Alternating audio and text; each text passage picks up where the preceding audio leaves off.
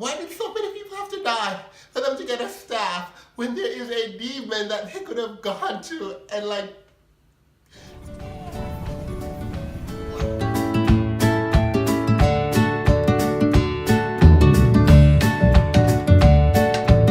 Hey guys, welcome back to my channel. If you're new, welcome. So earlier I did a video about Charmed and the original Charmed. Now I'm doing a video about the reboot. This is going to be sort of hopefully a quick video of just kind of summarizing 10 episodes, and then that will get me caught up to the new episodes and I can do a review of each episode each week. Now,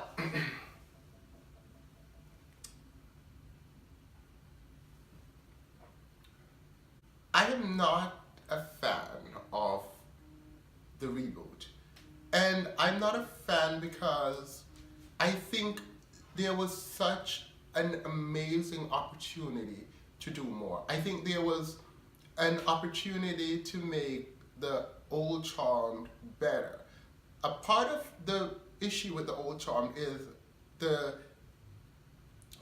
visual effects were not the best. And part of that had to do with the time it came out. It came out in 1999, I believe. And it ran for like 7 seasons. And so now we're in 2019. 2018 was when the reboot started. And I think we have advanced technologically to the point where we can do better. So that's my first issue, CG. Second issue is I'm pretty sure these actors are really good at their craft. However, there's a lack of chemistry among the sisters in the new reboot. So that's the first issue. And the second issue, rather. And then the plot lines don't make sense to me. So the Charmed reboot, we have 3 sisters who found out that they are charmed ones. I don't know any of their name. I know there's someone named Vaughn, like their last name is Vaughn. I think it's Macy Vaughn because I saw that in the trailer and I don't know why that stuck in my head. They also have a whitelighter who doesn't orb, he just like this. That's not an issue. The Book of Shadows looks new, so it doesn't seem like it has been passed down from generation to generation, which is also fine. The one good thing I do like about the new Charmed is that they speak in Latin sometimes when they do spells, and I think that is really cool. I think that is where it begins and ends for me in terms of things that I like. I do like the whitelighter, but I do like his role, though I did not like the first episode when he started talking about, he was like talking about what it means to be charmed and what it means to have this power and this responsibility. And someone interrupted him and he said, pretty much, stop talking, this is my spiel, don't interrupt me, I was getting there. And I know that was supposed to be funny, but it just wasn't funny to me. Then we have the youngest sister, I believe, who had the ability to read mind. And I think that is a tribute to Phoebe from the original Charmed, who had the power to see the future. Her power here is the power to read people's mind. The other 2 powers are consistent with the original Charmed, but they're trying to figure out who killed their mom in the first episode. And they discover that they have this power. And they're trying to figure out now, who killed my mom and why? And they have to decide if they want to become witches to find out, or if they want to live their ordinary lives. And the younger sister who had the power to read mind is pledging a sorority. And in her mind, pledging a sorority is more important than any of this. Like saving innocence, finding her mom's killer, and finding who she is. I didn't think that was realistic, but hey, we needed some. Sisters were part of the LGBT community. And someone pointed out that that is why it's feminist, and I hope that is not true. I will not make any comment on that because there's no confirmation by the creators of the show that that is why they call this a feminist reboot. But hey, So they find this ice demon. They remember that it was cold when they came home to see their mom, and they go and kill the ice demon. There's a whole lot there. One, the ice demon that is, he looked like a White Walker from Game of Thrones, like just ripped out of the Game of Thrones and put in Charmed. So that was a issue. It looked like a guy in a mask. It did not look, it didn't look like we were in 2018 making a movie. It looked like we were back in 1999 in the original Charmed. And that's the problem. Also, it doesn't make any sense to me. The mom, this is how they found out they were charmed. The mom was at home unbinding their powers, and they have no idea about magic. And she goes, come home. Oh, not call, she texted. She said, come home, something is happening. So she's going to be attacked. She knows she's going to be attacked by a powerful demon. And she's calling her inexperienced daughters, who are they're just two, because the third one hasn't even come home yet. Only two of them to come home and be killed, pretty much, because they don't know how to use their power. Long story short, they weren't killed. They came home, they saw the mom jump through the window,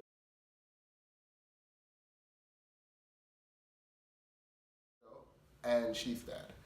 And that's where the story picks up. And then they kill an ice demon, and the ice demon says, oh, you killed me, but I'm not the one who killed your family. Well, like, you could have let that go. Like, you could have just let them believe that they've got the demon that killed their parents, and they probably would not have become charmed ones and be wreaking havoc on demons. But the story needed to move along. I don't know what happened. Like, there was a bunch of stuff happening throughout all the episodes, and none of it really made sense. None of it is coherent, which is fine. The first season of Charmed, the original Charmed, we didn't know about the source of all evil until like way late. So it's fine, but nothing is making sense. The woman with the power to move things with her mind is also a scientist. And every time there's a demon attack, she goes, there must be a scientific way to kill the demon. And I'm like, okay, yeah, sure, there might be, but like, you're getting attacked now, and you have the power to move things with your mind. Your sister can freeze, and the other one, I guess, can read your mind. Together, you can defeat the demon. I don't know what the third one is going to do, like, to kill the demon, but like, you can kill, like, the demon now, and you don't have to try to go figure out, like, a scientific way to kill him.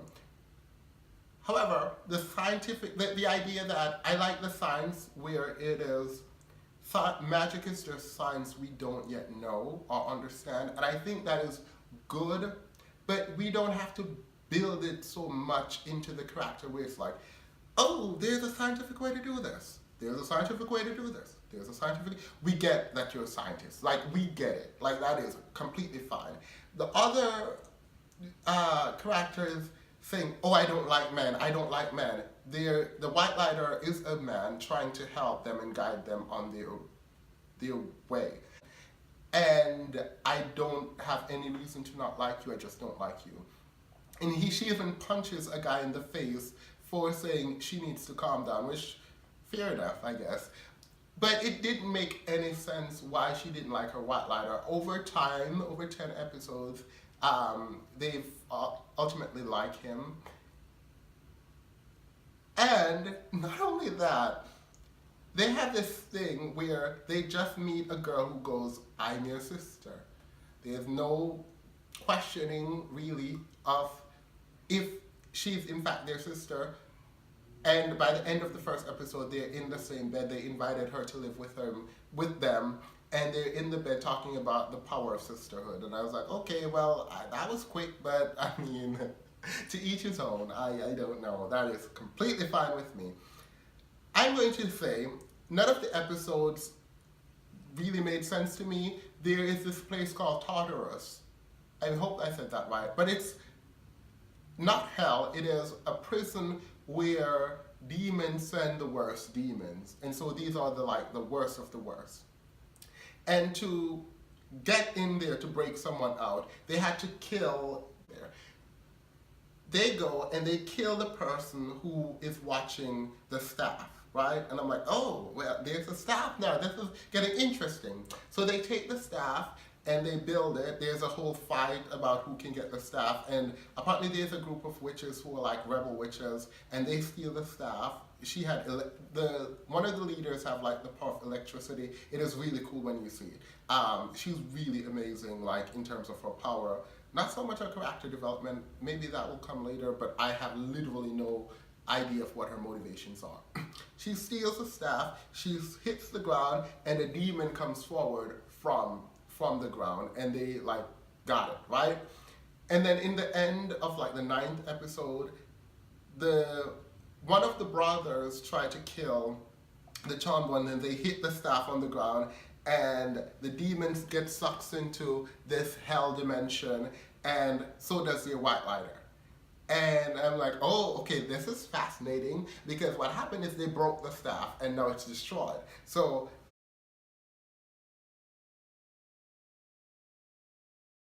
the only way to get into the hell dimension to save them, to withdraw a demon, was to use the staff. Now the staff is destroyed. The whitelighter is in a hell dimension where demons are kept prisoners. So I know the whole story is going to be them trying to get him out, at least for like 2 episodes.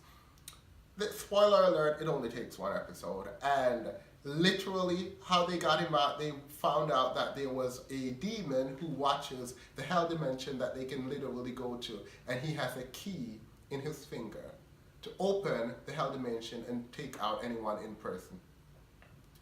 Why did so many people have to die for them to get a staff when there is a demon that they could have gone to, and like, there's a demon that can open the hell dimension, that it doesn't seem really powerful, that literally can take anyone out.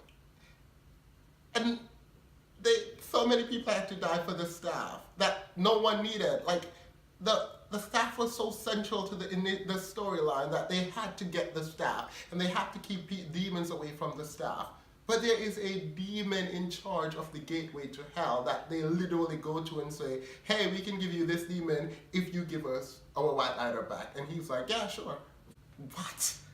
Like, what? Fine. Okay, I'll give you that. But that's fine. That's not the best part.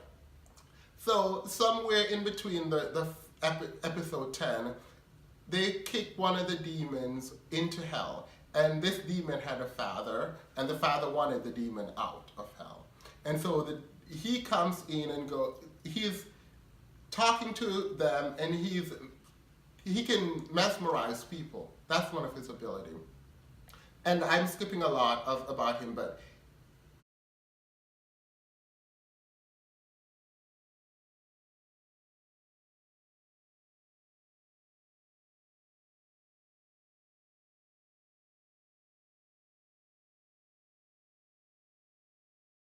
to get him out of hell. And he's going to manipulate the guard for the gate to like get them out of hell, or to get his son out of hell.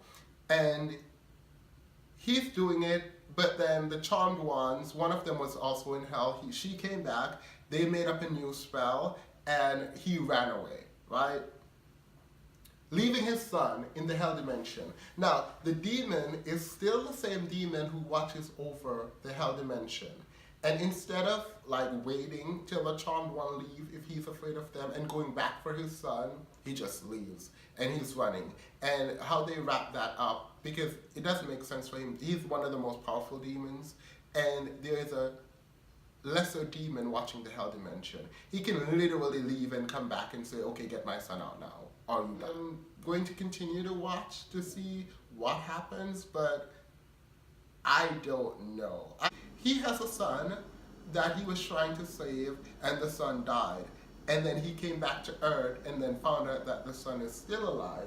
And so now he's trying to figure out if he wants to be a whitelighter or if he wants to go, I don't think he has a choice, but or if he wants to go find his son. I mean, I would go find my son, but even if I don't, interact with him just to make sure he's okay. So I'm very curious to see where that is going to go. And honestly, his storyline is the only story that I care about.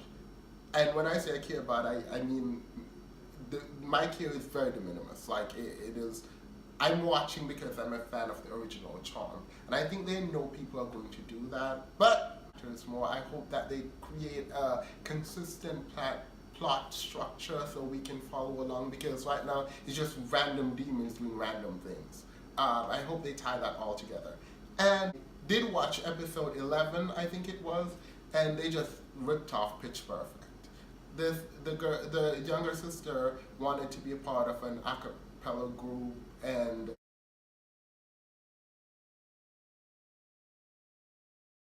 another episode of nothing. So yeah, that is Charmed Reboot. I look forward to doing it week by week. I'll do a review of Charmed and the new episodes, and I'll go in depth for each episode. Better than I'm doing now, because I was just trying to summarize 10 episodes in this video. So I hope you like it. If you disagree with anything I say, please leave a comment. Let me know where you disagree. Tell me what you like about this new Charm. Tell me what you don't like about this new Charm. Let me know what you think. Alright, have a good one. Thank you. Bye.